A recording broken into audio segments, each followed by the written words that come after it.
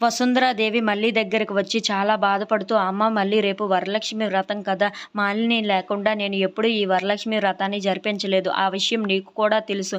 ఇప్పుడు మాలిని లేకుండా నేను ఈ వరలక్ష్మి వ్రతాన్ని ఎలా జరిపించగలను చెప్పు? ఎలాగైనా సరే మాలినిని తీసుకొని వచ్చే బాధ్యత నీదే.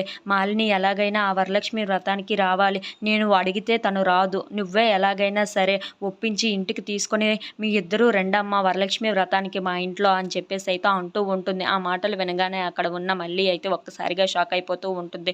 ఇంతలో అక్కడ ఉన్న వసుంధరాదేవిని చూసి, సరే ఎలాగైనా అక్కని నేను తీసుకొని వస్తాను అని చెప్పేసి అయితే అంటూ ఉంటుంది. ఆ మాటలు వినగానే అక్కడ ఉన్న వసుంధరాదేవి అయితే చాలా సంతోషిస్తూ ఉంటుంది.